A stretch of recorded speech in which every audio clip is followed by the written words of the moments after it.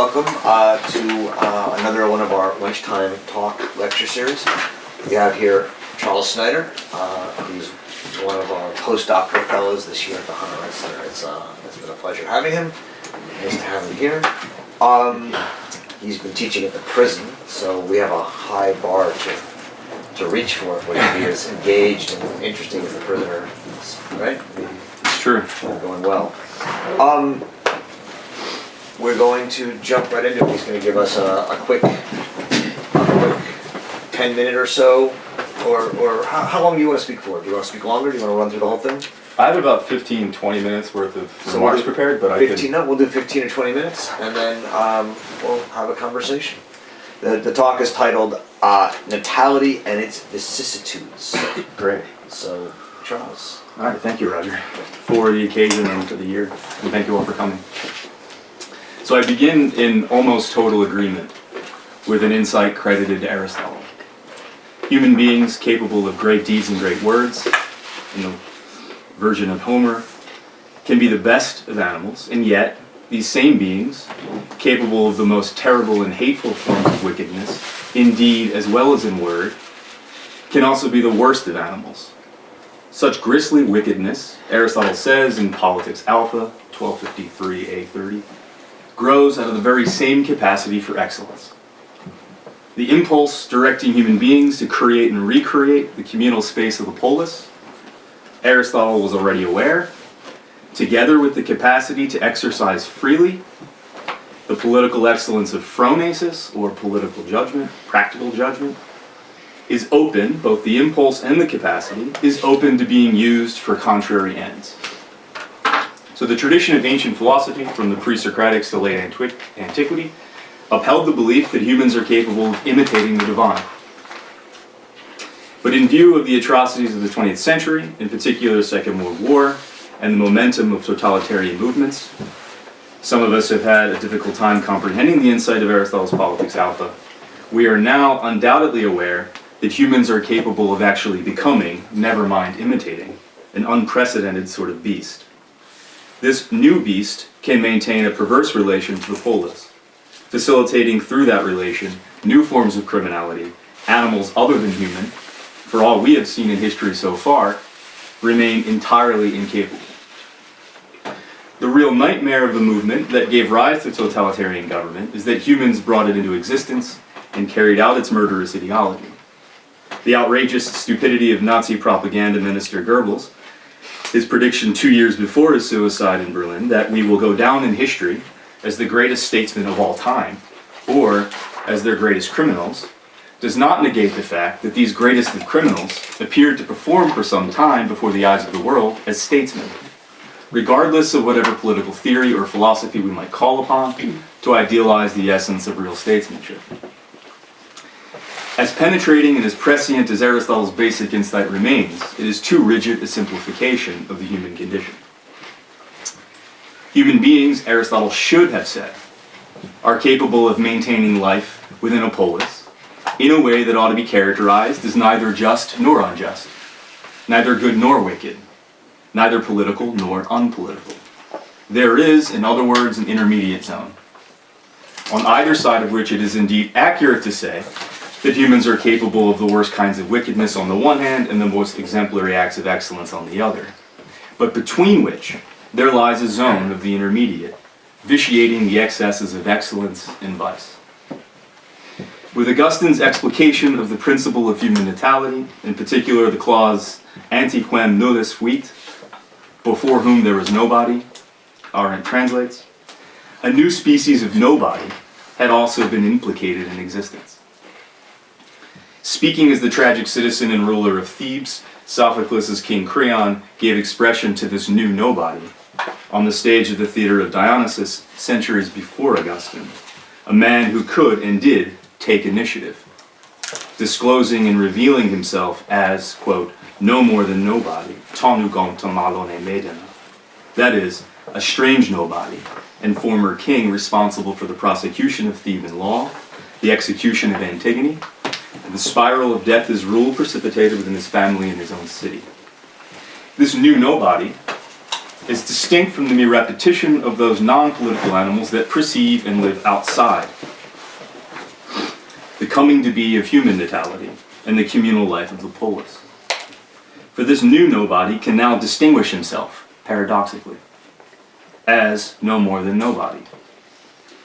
Creon had become, by the end of Sophocles' drama, not the opposite or contrary of somebody, but a particular form of nobody that through initiative withdraws himself, through his own activity, from the city, due to the excesses of his political rule, or more precisely, the capacity to banish himself from the city-state he brought to the verge of disaster. One instance of the intermediate state startled Hannah Arendt in Jerusalem. Neither gods nor beasts, creatures entirely without a polis, can maintain a life in this intermediate zone, a form of the living dead, or what Arendt would call the life of the lifeless. Unlike gods or beasts, human beings are beginners, endowed with a supreme capacity, oriented, primarily, to begin something new. This principle or capacity of natality also carries within it, incidentally, a sinister capacity for the contrary, to destroy or annihilate the principle, and the persons who bear it, by a new and unnatural means of destruction, an unprecedented organization of total politicization. The figurative light of the public realm can turn into a capacity for its contrary. Rather than provide a space of appearance for the newcomer to emerge, the light of the public realm darkens the world, and possibly the earth, as the capacity of natality becomes the capacity to annihilate the new. Given the great excesses of the human condition, it has been difficult, to put it mildly, to confront the perverse capacity of human beings to maintain life in the impasse of the between, where the principle of natality no longer takes initiative, including the initiative actively striving to annihilate the principle and other human beings. It is time, then, to affirm what I suspect we have known all along, but neglect to take very seriously. The supreme capacity of human initiative exceeds the one-way capacities that determine the linear movement of nature, where the abilities and capacities of living things swing in changeless, deathless repetition, having only a singular orientation for the exercise of its capacity. Just as fire can only be the capacity to heat or warm, and nothing else besides. But it is also the case that this supreme capacity, exceeding the one-way capacity, also exceeds Aristotle's rigid two-way capacity of contraries. That double orientation, the capacity of living things with logos, I'll translate as discourse for now, can achieve. So the capacities that follow logos, what Aristotle recalls as dunamis meta logu, as a capacity with discourse, sometimes translated as reason or speech, are exploratory. So these capacities that follow logos are exploratory and open in addressing itself to things in oneself. These capacities are oriented towards a certain exercise through logos, thus disclosing what is to be done, and incidentally, the negation and privation of what is to be done. Privation, I hope to make clear in the next set of remarks, has more than one modality.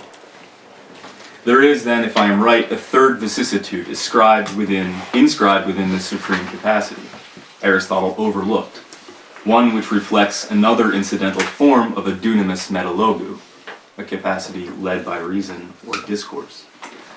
While the general condition of human natality does consist of a two-way capacity for contraries in conformity with Aristotle's basic insight, so that it can make freedom appear and disappear, it also consists of a capacity for the impasse of freedom and the unique, what is in essence a paradoxical capacity for the banal.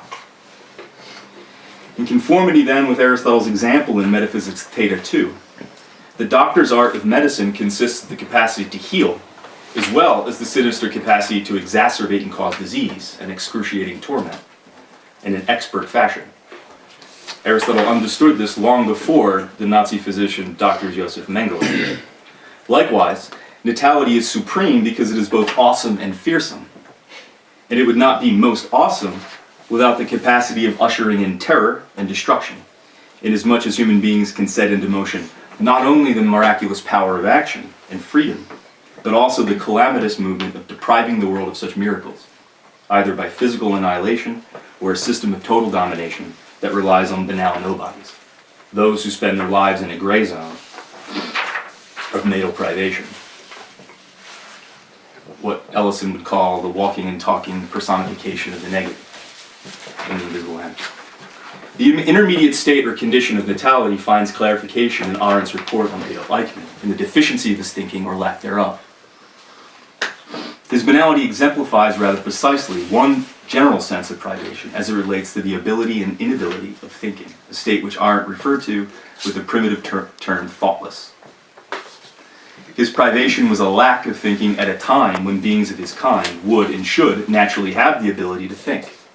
Not in the sense that he was entirely unable to think, but in the sense that he was, as Arendt carefully phrased it, almost totally unable to think.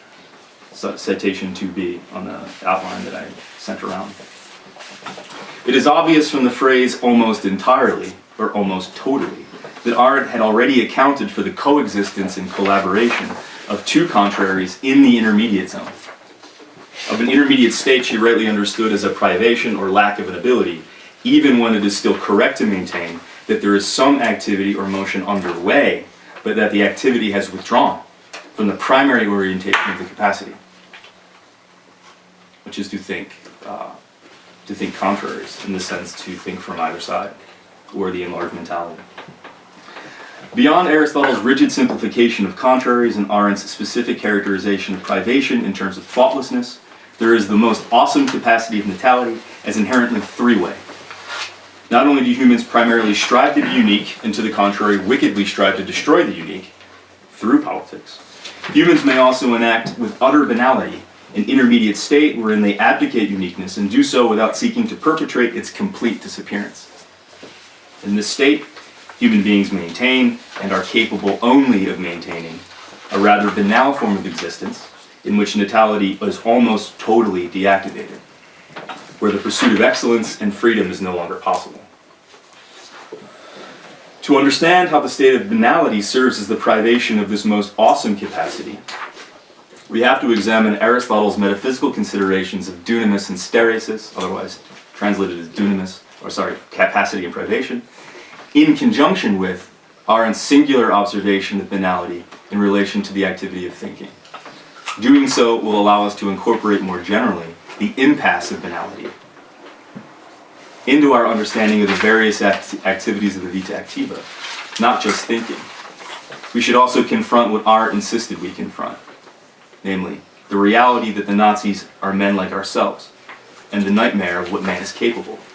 But we should add that the Nazis as human have shown what human beings through natality are in principle perversely capable.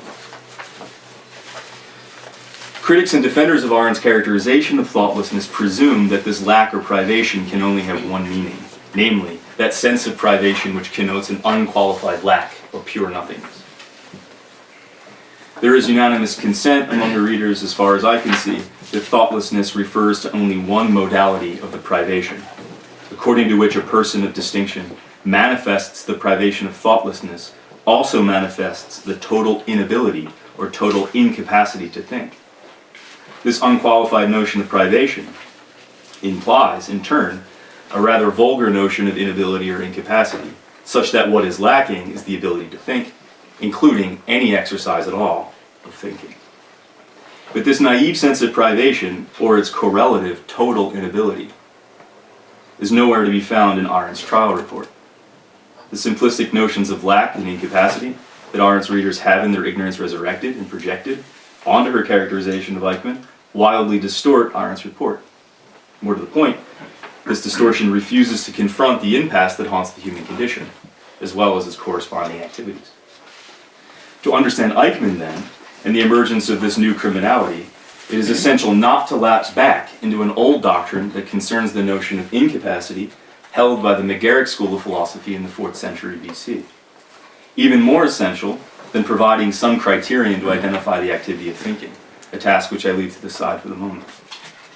According to Aristotle, the Megaric stated, quote, "A thing can act only when it is acting, and conversely, that a thing cannot act when it is not acting." This is citation 2A on the outline. Metaphysics theta. Absurdities arise from this doctrine, absurdities which stem from the notion of capacity, that is, to be in a state of being able.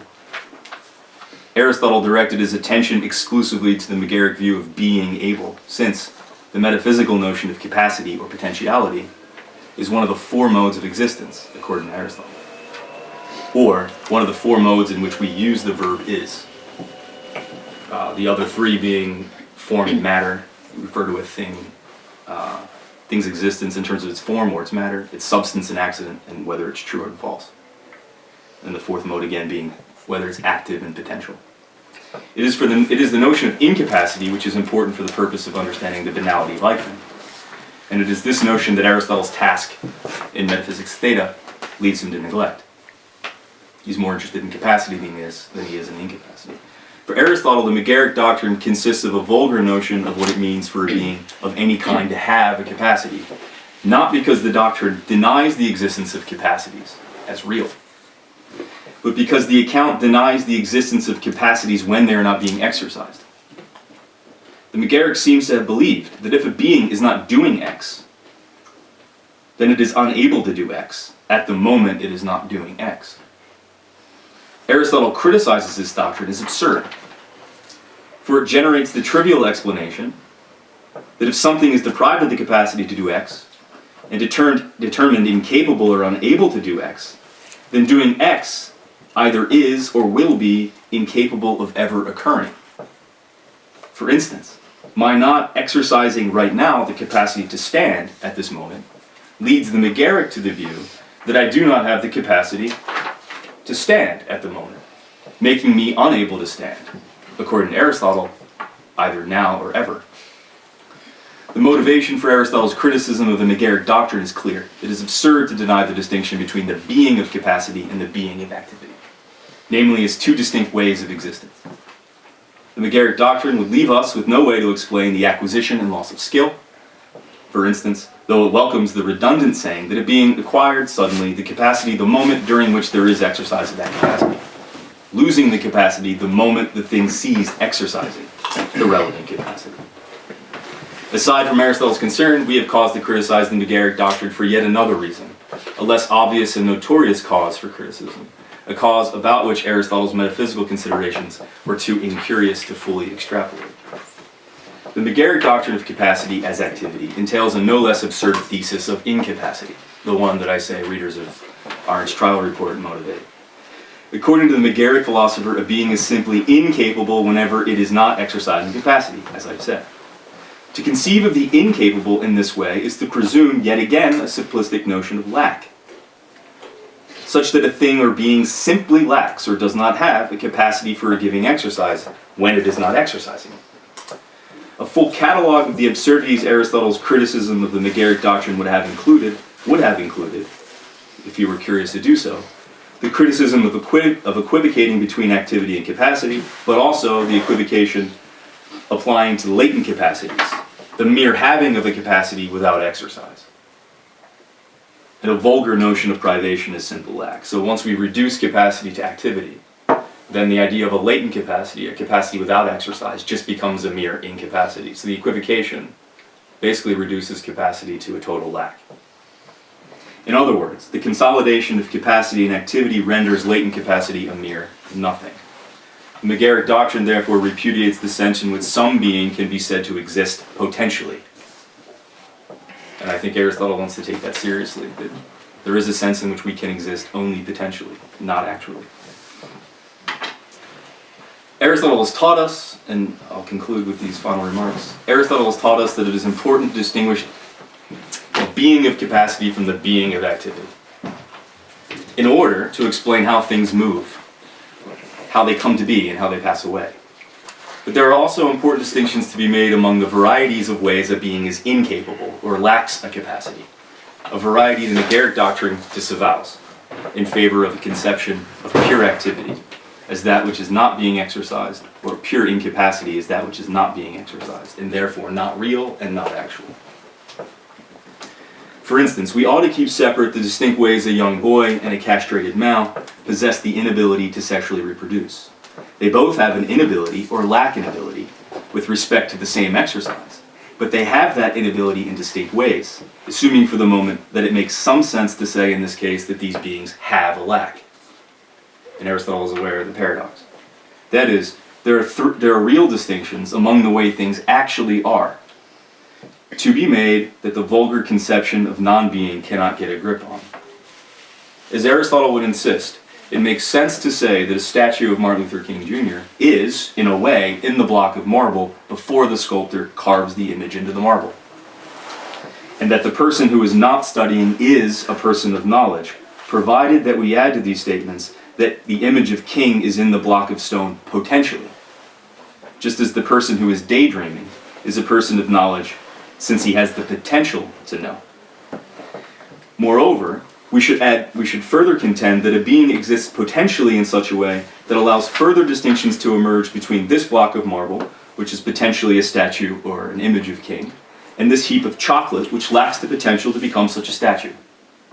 In fact, among things or beings which lack the potential to become a statue, some may lack the potential entirely, like a pile of dust, whereas others may lack the potential at a certain time, let's say marble that happens to be at the bottom of the Mediterranean Ocean. And still, other beings or things lack the potential to become a good statue, such as carving the image of King into a large pile of frozen snow. Criticism of the McGarrick view of capacity as activity rescues the distinction between two ways of being actual, merely having a potential without exercise, and the exercise of that potential. But we should not discontinue, as Aristotle had, the rescue of those distinctions which identify the variety of ways beings persist without changing or developing because of a privation, and yet still continue to function in some way.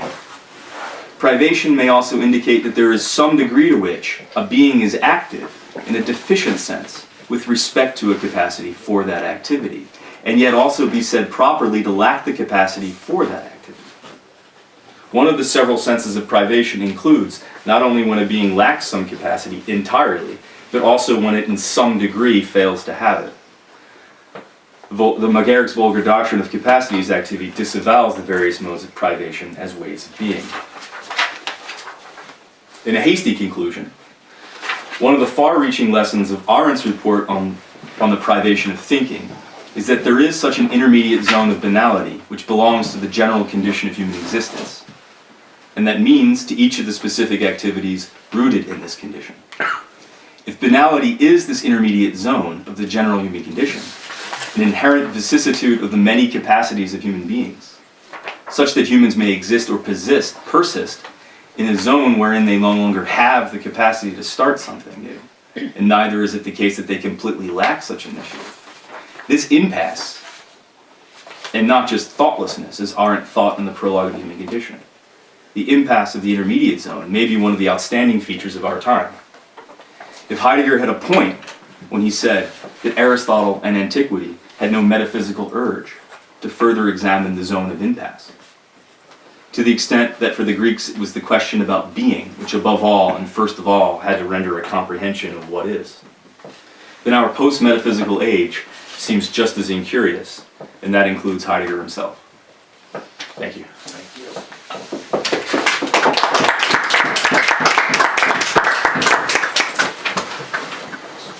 Thank you very much, Charles. There's a lot in that you did very quickly. Yes. You can go slow. No, I'd like you to. So the zone of impasse, this zone of banality. I assume zone of impasse and zone of banality are similar in your. Are you distinguishing impasse and banality, or are you equating them? Equating them, right? Yeah. The suggestion here is that in the zone of impasse or banality, we are incapable in one sense, but also, of course, capable in another sense. We have this incapacity to think, Right.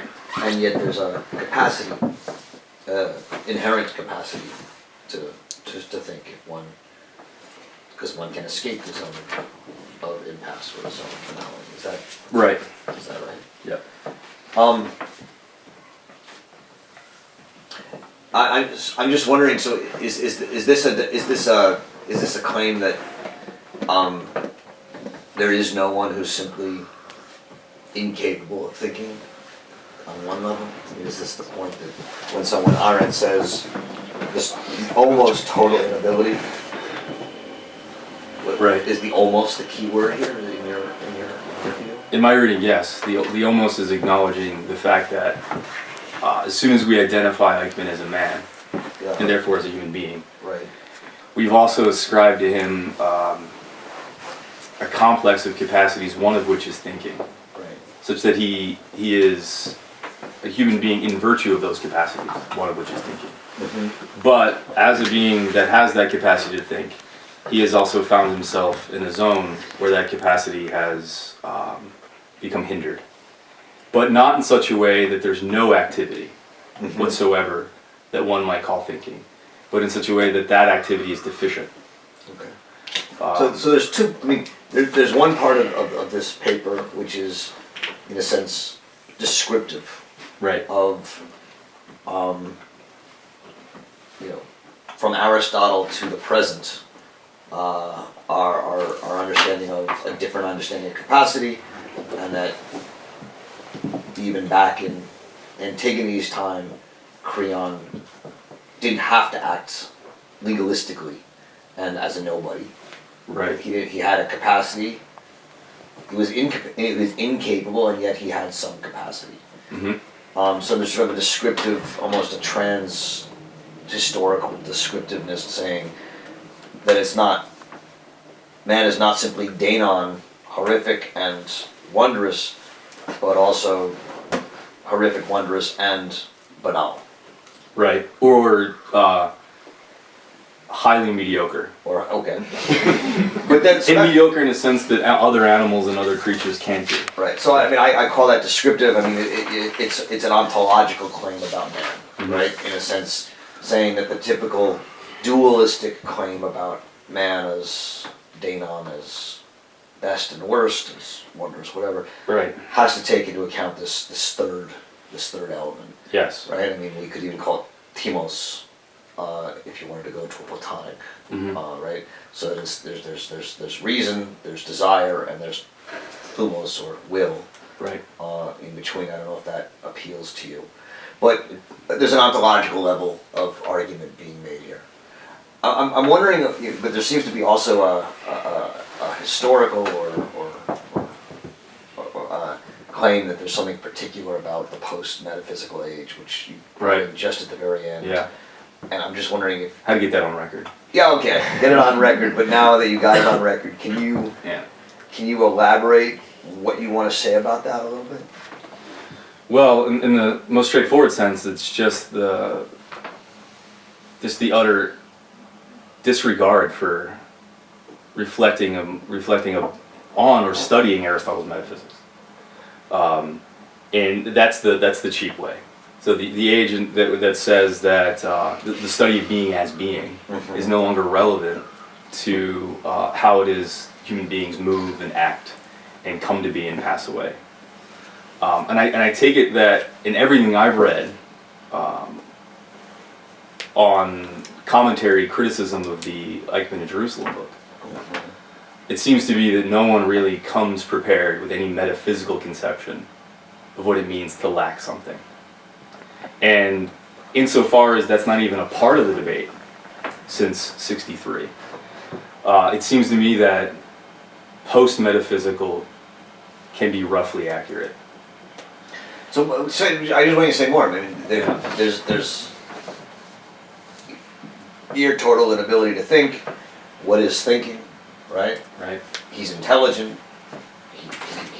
He's a good bureaucrat. He moves up, right?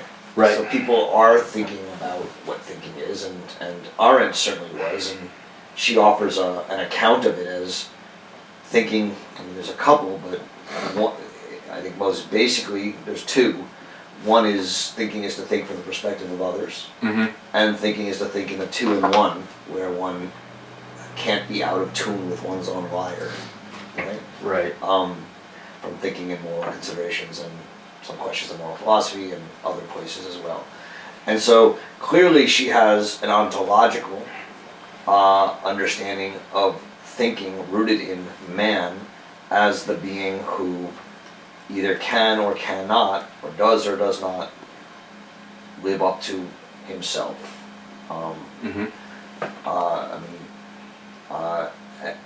And certainly many people in reading Arendt have developed that ontological account of man, which she develops. I guess what I'm interested in, what's lacking in that account in your reading? Or what is it that you're saying is not being done in that account? Well, two things I would say in response to that. I don't think that the inability to think observation in the Eichmann report, and then when she comes back to it in the thinking and moral considerations essay, I don't think she ever expanded upon that notion of privation and applied it generally, not only to just the activity of thinking, but I think it also works quite well, not so much with labor, but with work and action, such that banality is not something specific only to thinking, but that it has different manifestations. But that's not, I think, a fault of hers. I just think that's part of the reason she actually made the observation correctly, because she wasn't interested in overly generalizing. But I think banality is something in the trial report that she doesn't fully develop. But she leaves open the possibility that banality is not just a feature of thinking, right? That it's insofar as it's related to thinking or thoughtlessness, it drives his evil actions or evil deeds. Then we can start seeing that banality has a much more, I think, pervasive effect in the human condition as such. Yeah, banality is not limited to thinking. Right. Thinking, which separates us from ourselves in the idea of bringing us to ourselves, right, is the potential inoculation against banality in all of its guises, right? Right. Yeah. Jennifer? I'm wondering if I'm understanding this correctly in terms of how you're intervening in discussions about Eichmann and Jerusalem. I'm imagining a conversation like one that I've seen Roger moderate between people who just don't believe, who just think that her account is horrible, right, and are saying, well, it makes no sense to say that he couldn't think. And I'm imagining you standing there and saying, okay, fine, it's not that he can't think, if you want to get technical, here are all the ways in which, there's a potentiality and an in-between space that he doesn't reach. And in order to kind of respond to those criticisms a little bit more fully, but also, right, so as part of that, I'm wondering if that assuages some concerns of those people who think that Arendt maybe absolves Eichmann of guilt, right, because you're saying he has a capacity but doesn't use it. And so it kind of saves her critique for people who want to say no, but let's blame him. Right. Well, the first issue, I would say there's a naive sense, and this is what I kept calling the vulgar McGarrick view.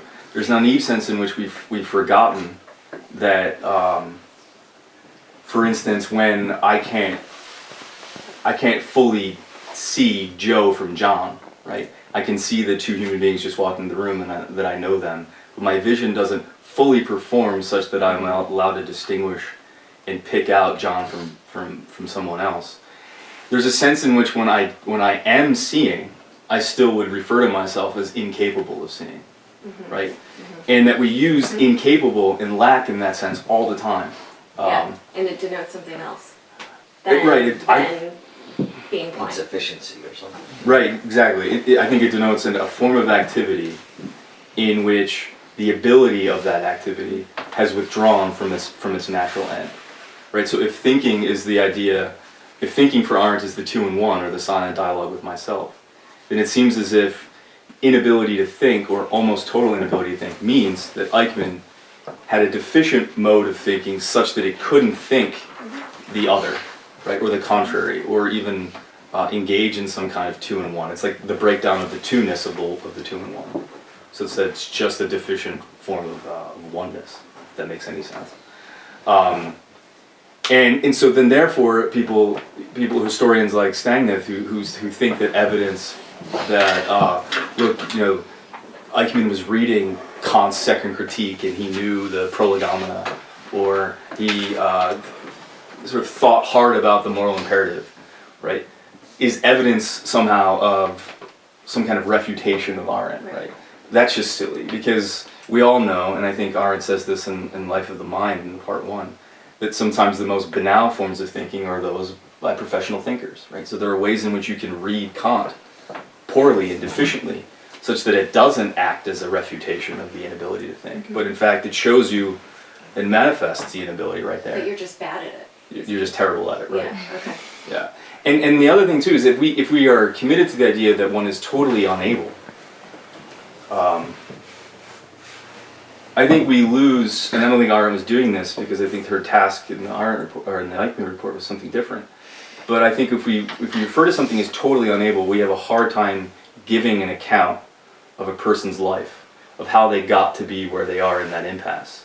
Because someone who is totally unable and they lack this, in the way that the table lacks thinking, you can't explain how something lacks got to the point of impasse. Mm-hmm. Whereas if you acknowledge an inability that connotes impasse, then you can start to give an account, I think a richer historical account of someone's life, of how they came to be stuck there, or never fully managed to get out of that. Yeah. Does that make any sense? Can I ask a follow-up question? Yeah. And just wanted to say also that this project is really interesting to me. I stumbled upon these concepts of thoughtlessness and inability several times. So I'm really fascinated by your project and your return to Aristotle to move this debate forward. So the last thing you were saying to Jennifer, the connection between this activity in a deficient sense, I think it's right. The word you call it, also to divide up the idea that not thinking is passive and thinking is active, so therefore we should always aim for activity. But you're suggesting that there is a kind of activity involved in Eichmann's being that is active thinking in a deficient sense. Right. So to connect that to what you were saying about politics at the beginning, I mean, you were already saying that this way of thinking allows us to historicize how an individual can come to degenerate into this right. Activity in a deficient sense. Mm-hmm. But you also seem to want to give a broader political historical I do, yeah.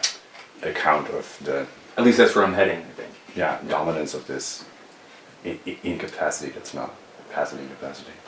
Right. I mean, I think there's something said in, I think, the Crisis of the Republic book, I could be wrong, where she talks about the loss of political capacity. And the loss of the capacity to act being a distinctive feature of modern age. And that's where I want to intervene and say, can we be a little bit more exegetical, if you will, about what loss of capacity really means? Does it mean that it's been completely lost? Does it mean that we've lost it for the moment? Does it mean we've lost it in the sense that we're not fully activating it? So where in this intermediate zone, which I think metaphysics just breaks down, it can no longer be of any help, because it's sort of where the principle of non-contradiction no longer holds. Our concepts don't make any sense, right? It's a capacity incapacity. It's an activity which isn't quite an activity, and then we need, I think, really historically situated accounts of that particular form of activity and how it came to be there. So that's just one entryway. I'm not sure if that's responding to your interest or your question. Sure, yeah. And then I was also wondering how this project relates to Agamben's project. I don't know. So whose project? Agamben's?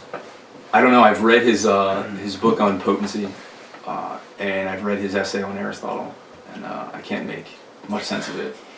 I want to know how it relates to Arendt's project. Because it strikes me that you are trying to push Arendt's project forward. Yes.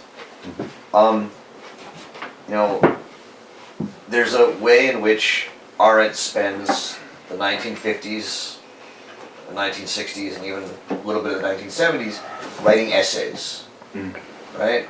In Between Past and Future and Traces of the Republic, which she calls thought exercises, right? Exercises in thinking, which are an attempt to, as the cliche now, but thinking without banisters, thinking in a post-metaphysical age. Trying to exemplify what it means to think about freedom at a time when freedom is not obviously there. Think about authority when authority maybe disappeared. Think about thinking when thinking is something that is a ever more rare act. Her view is that thinking can never be extinguished from a human being, which I think you're agreeing with, but that we are putting ourselves in a position through certain situations and technologies and bureaucracies in which we have to think less and less, and in which we can get away with thinking less and less, and yet we have to keep the practice and the habit of thinking alive, and of acting, by the way, and of laboring, and of working, all of which are in retreat from her point of view. So it strikes me that, in a sense, you are embracing her project, but saying, I think that there was something she didn't do enough of, or something that she did but others aren't doing. And I guess I'm trying to get you, I guess I'm interested in knowing, what is it is this a Arendtian project, or is this we need to add something to Arendt, and it's through Aristotle? I guess I'm just not understanding exactly what your connection. I like to think of it as a Snyderian project. Good. I love that. But what is the relationship Snyderian and Arendtian? Well, for instance, if you take, I think the human condition is heavy on activity, right? Vita activa, the three activities, not so much thinking. This is just a broad outline. I'm not trying to summarize the book, but that's the orientation of the book. That's the breakdown of labor, work, action that divides the sections. But what's curious about that, and I think she's right to do so, which is put full priority on the activities themselves without, this is the Aristotelian moment, without a analysis in conjunction with activity of pure capacity, such that each of the activities, labor, work, and action, and thinking, have a relevant capacity. Okay. That's really helpful. Can I ask can I ask a question about that? Because that's really helpful. There's a reason she does that, right? Which is that she's interested in the appearing world, the public world. Which is an Aristotelian reason, I think. Which is an Aristotelian reason.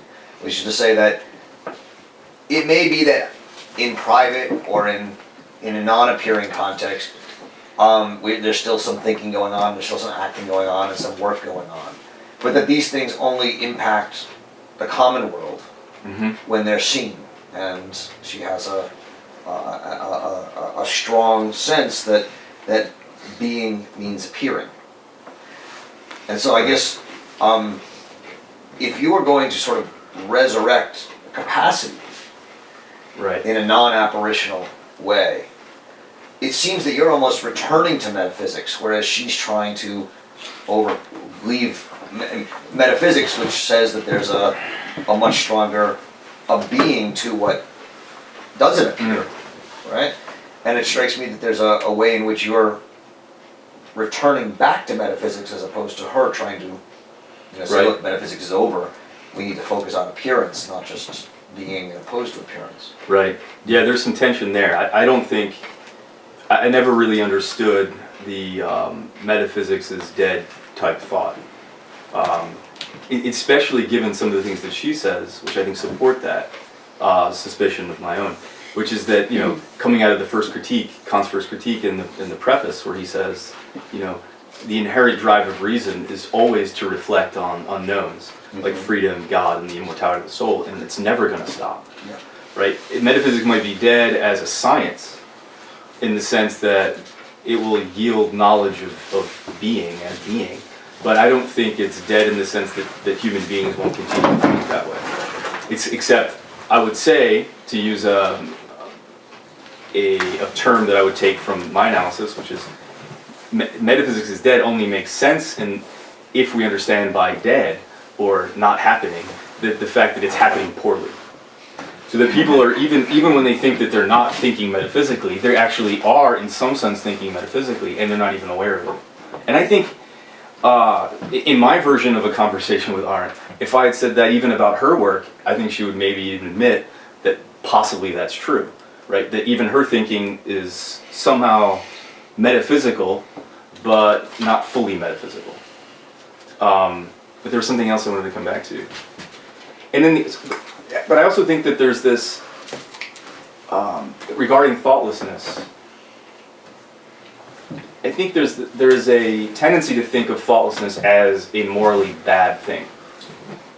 And even maybe some of her later writing on thinking could lead us to that conclusion. I want to read her differently. Maybe this is just my projection on her. I think that thoughtlessness is morally indifferent.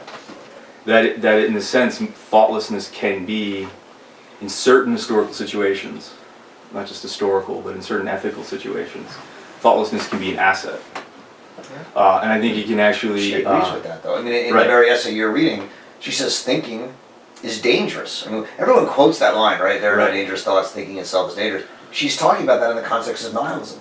Thinking is destructive of all systems and worlds of existence. Right. And she says all thinking contains within itself the seeds of destruction and nihilism.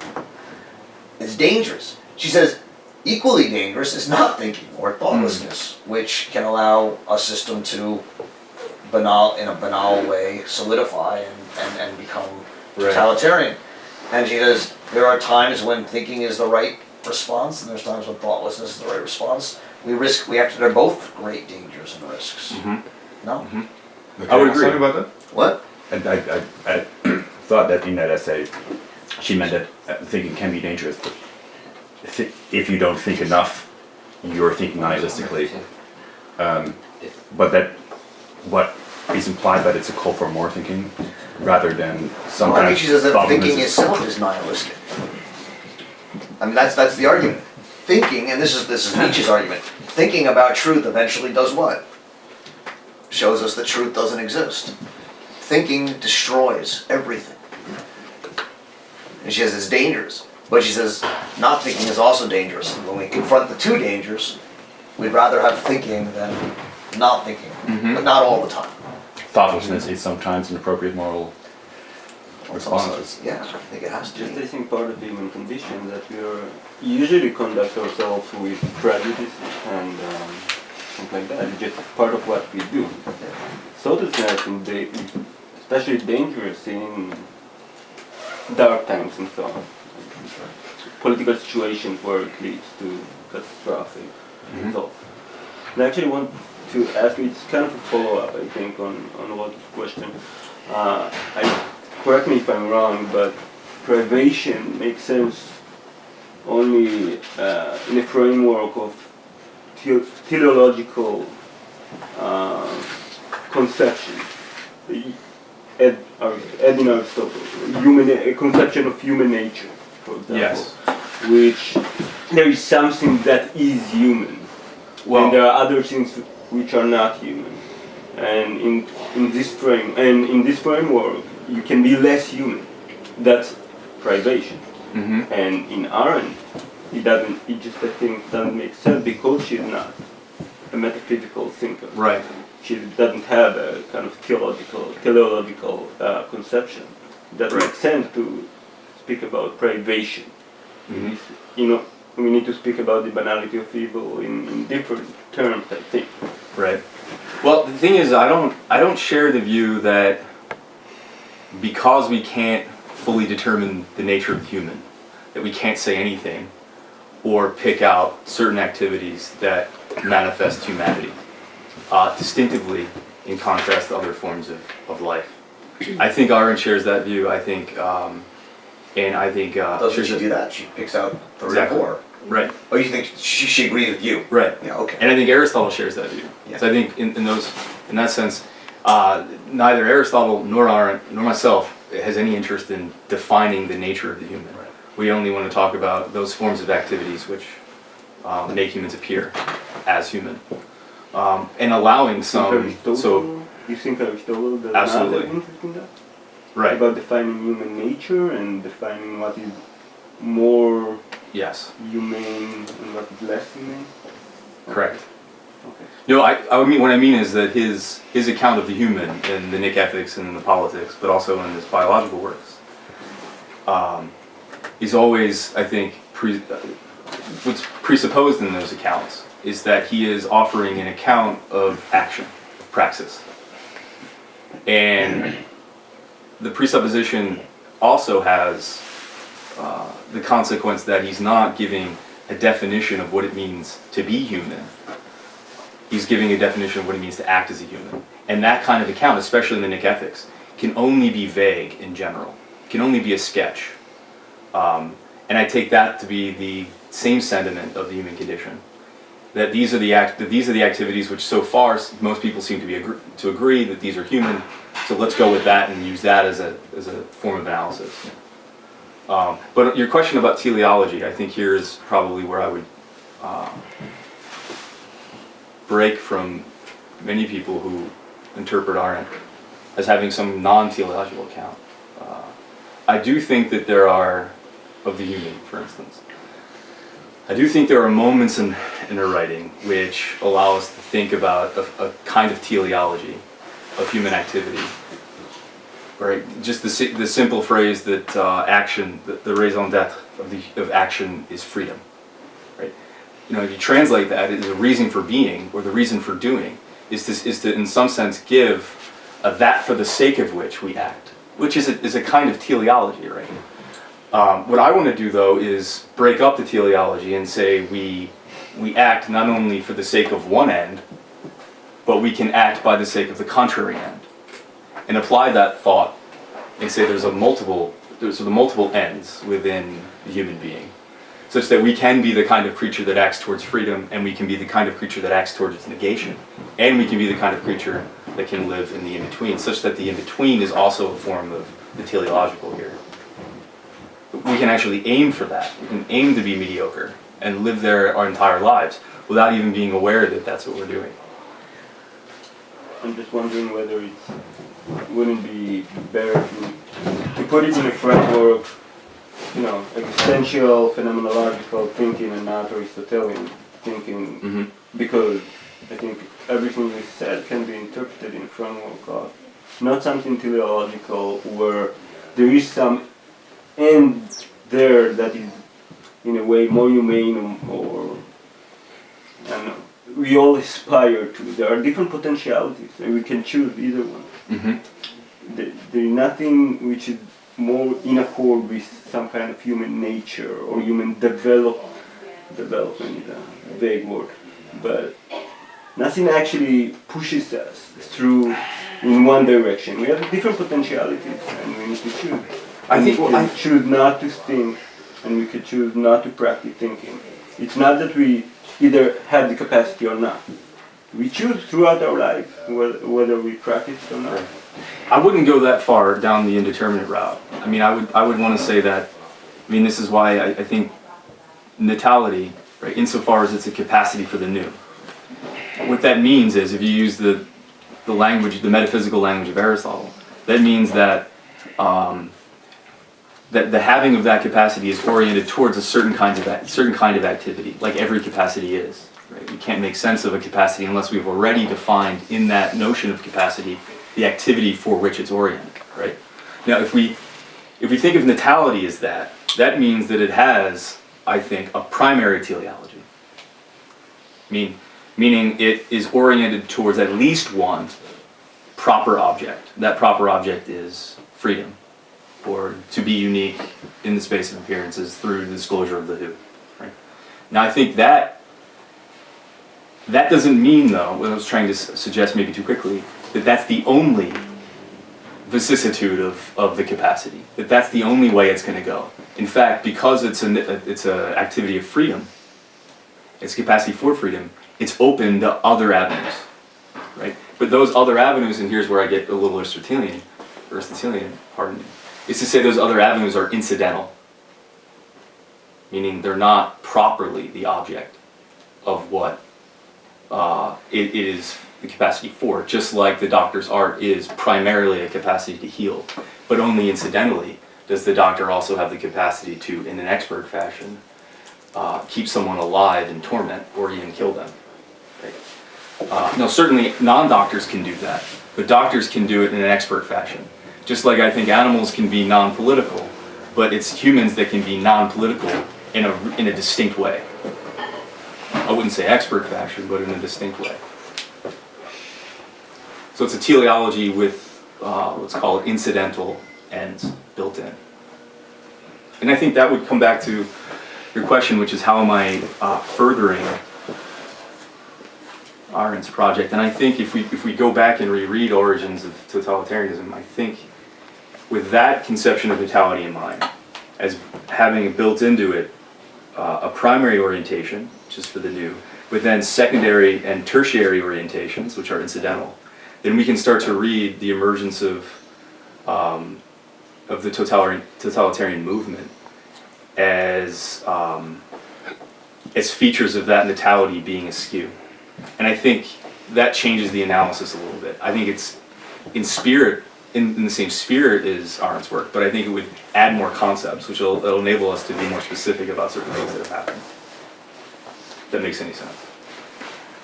I mean, I guess one question I have, and I'm not sure if I'm just missing things, why isn't it an act of freedom to try and bring in a totalitarian form of power? Why isn't it? Yeah, I mean, freedom is the freedom to stand or fall, as Milton told us long ago. Freedom is not always good. Right. I mean, there's the only standard for judging action, we're told, is greatness, right? Not morality. Right. So, I mean, it strikes me that Arendt has no moral. She thinks judgment is important, and we should make moral judgments about which actions are right and wrong. But there's no absolute standard for those judgments in her writing.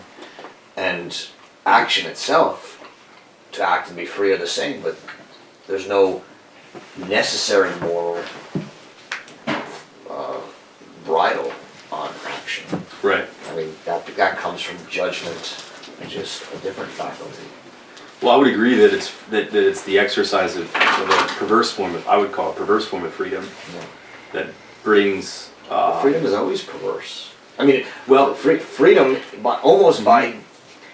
to the extent action is great, if you want to say really great, which means it's always going to be destructive of a status quo, which means it's either going to be a criminal act or a heroic act of some sort that creates something new. Freedom is always dangerous. Right. And somewhat perverse. I mean, well, perverse or beautiful. I mean, if you want to, takalos, right? Or perverse. Well, I mean, I think we would just have a semantic issue, because I would say that there are greater and lesser forms of perversion. Yeah, well, that's true. And anyone who watched the N-One movie knows that. I have not. Oh, yeah, we just showed it. You know. Right, I had to teach you what it's called. Yeah. That's perversion in its extreme. Right. I mean, true perversion. So even if we grant that all freedom is perversion, which, just assuming that we are... No, it must be beautiful. Which Okay. I don't think is the same as perversion. Right. Do you? Do I know? Not in this case. Not generally. Yeah. But, yeah, I'm not so sure we disagree. I'm not sure either. I mean, I'm just saying it strikes me that in characterizing Arendt's idea of freedom and action, one shouldn't say freedom and action are always towards beautiful. Right. Well, then let me ask. I mean, what do people? Because I'm interested in what you think about this idea of giving a little bit of Aristotle I introduced. The idea of having the capacity for the new. Insofar as, thinking back to the Augustine quote, that before the human being, there was nobody. I think that's right. And I think that her use of the Augustine quote, right, which is to say, when man is born into the world, freedom is born into the world, right? And the idea that on the model of birth, we have this second birth of natality. Right. I think is at the very foundation of her thought, which is that no matter how bad it gets, freedom cannot be extinguished from a world as long as humans continue to exist in it. And that's why she says in that beautiful line at the end of Eichmann, the holes of oblivion do not exist. Which is why at the end of totalitarianism she'll say, it is impossible for a totalitarian government to persist indefinitely. Because there's always going to be some possibility for something new. Unless of course, the human condition as we know it, which includes natality, is eradicated, which is what the book The Human Condition is about. Are we losing? Are we really going to lose the human condition if we create artificial humans, mechanical humans, blah, blah, blah? Will we in some way lose that ontological capacity for the new? I think as I see what you're doing is using Aristotle as a way to, in a sense, bring out she turns to Augustine, clearly she's reading Aristotle, to bring out a deep Aristotelian background of the human condition. I think it's incredibly interesting and valuable. And to sort of use it to focus on this idea of potentiality. And, in so much of her work, she's talking about how do we keep the idea of action and thinking alive in a world in which the space for action and thinking are ever more circumscribed. And her work can then be seen as a work of potentiality. Right. And frankly, you're right to say that Aristotle is to use the instrumental language, that I'm using Aristotle in an Arendtian vein, but I think the converse is true, that there are things that I want to take from Arendt, specifically on freedom, that we need to sort of plug into the Aristotelian project, which is missing because Aristotle doesn't have it completely right. And I think natality is one of the concepts that allows me to do that. It may not be the most definitive one, such that now we can think of freedom as both virtuous and vicious, in that double sense. Yeah. This has been really stimulating, and I'm sort of racking my brains right now because I'm trying to translate into kind of idioms that are more familiar to me as an anthropologist. Sort of in the realm of anthropological accounts of agency and social theory. And this isn't maybe a rephrasing of some of the earlier comments. I mean, I'm interested in the zone of impasse and the possibility of getting out. Right. Because I think you leave open the possibility that it can be. I mean, if we've gotten into it, it's not. Right. It's not inescapable. Mm-hmm. Can you say more about how that kind of that escape might happen beyond just the fact that the possibility remains? Yes and no. I think abstractly no. Concretely yes. Meaning, I think part of the reason that I pointed to the fact that Heidegger may have been right when he says that the zone has been, he doesn't call it a zone, I'm using my language. He says that the metaphysics of privation, of lack, or of inability where there's deficiency. He says the reason that Greek antiquity and Aristotle and really metaphysics since hasn't been very interested. I think behind that is the insight that there's something inscrutable about this zone, that really our metaphysical concepts and notions break down. That if we're going to really think about this zone, we have to sort of let metaphysics go. And part of the reason is because metaphysics deals in generalities. and what we need is specificity. Okay, right. And so it might be that, for instance, Tom, who plays the piano but not well, so such that we say he is a terrible piano player, he is incapable of playing the piano, and and Linda is also incapable of playing the piano at time t. Right? It may be that we can do certain things for Linda, which might manifest or change the incapacity and transition it into a capacity, whereas for Tom we can't. And the only thing that I think we can do is not think about the zone, but we have to implement the right practices. Given the kind of impasse related to the activity that we're talking about.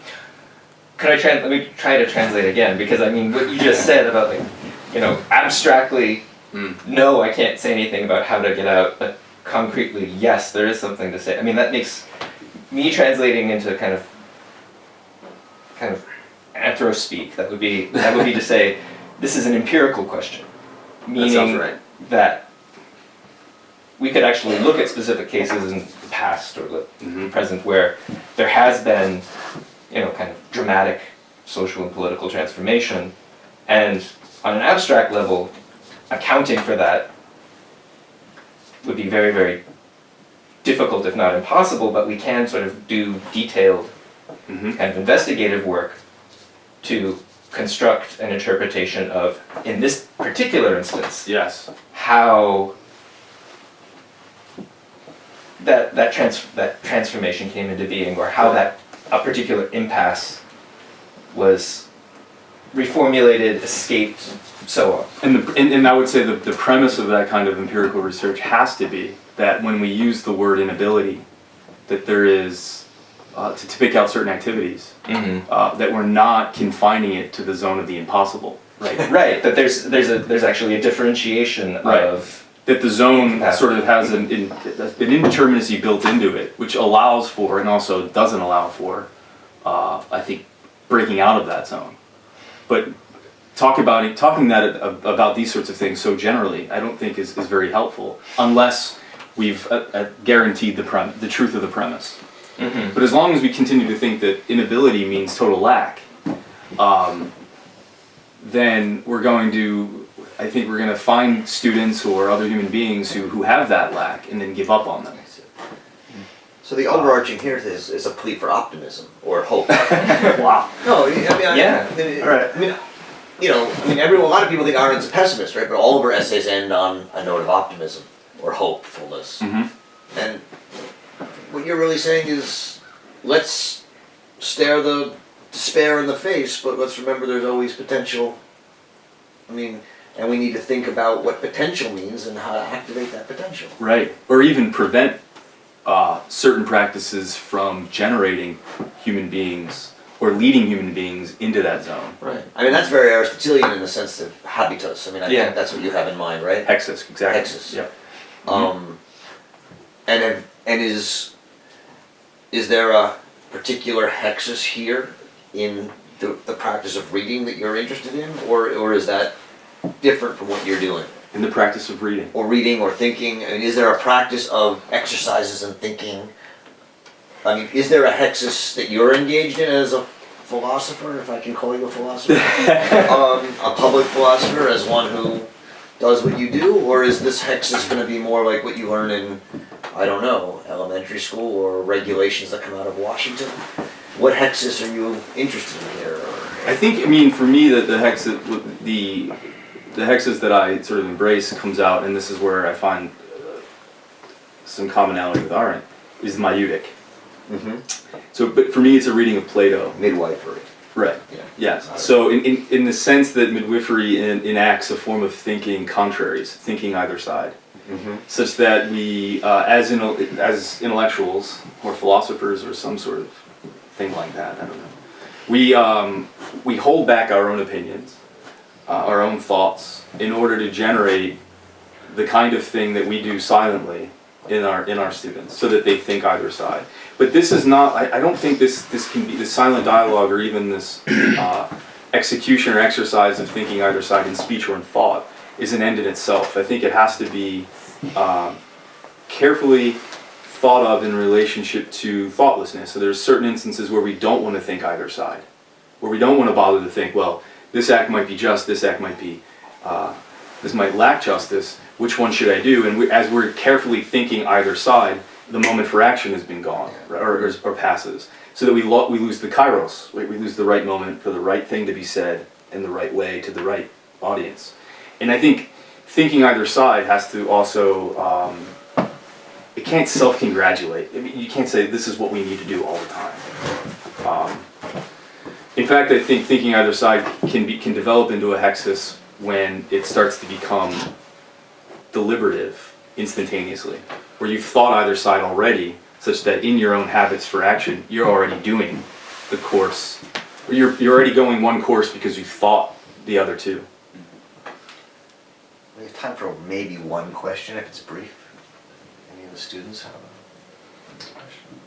Well, I was wondering if you could to go back to the earlier, what you were talking about, the zone of impasse, how we enter that zone. Because you were talking about it in a couple different ways. One way I was interested in was sort of as an insufficiency, or almost as a retreating from some kind of natural ability.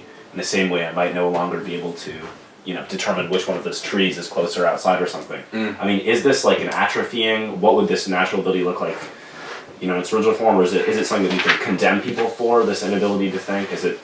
How do you see this coming about? It's a good question. I think I would look at, because I think this is an empirical, or this is going in an empirical direction. I would look at particular instances of the breakdown. Mm-hmm. So, for instance, this is why I think your question leads me to assert why I think the Eichmann book is so important. So that when she does use the language almost total inability, she also gives you an example, right, of Eichmann thinking that he's thinking with the enemy, right, or in support or pursuing justice for the Jews, but he's not even actually doing it fully, but he's doing it in part. Meaning he's having a conversation, he thinks that they have similar interests in this one situation, but he has no real conception of thinking the other side. So I think in this case, with regard to the intermediate zone, the best thing to do is to look at particular examples and ask, how could it come to be, or how can we prevent that kind of thing from happening? And it's a difficult question. I mean, in the classroom, when students think that they are pursuing thought rigorously, but they're really not, there's nothing you can really do at that precise moment to get them to see that. But it could very well be that a delayed effect happens, right? Yeah. So there's a little bit of trust that has to be built in. That there's something you're doing that maybe later on, belatedly, will emerge, and they'll figure it out. Isn't that what Socrates does to students? Right. Are you saying you do that? I try. We're going to have to end there, because time-wise, but you can follow up. All right. Thank you. Please join me in thanking Charles Snyder.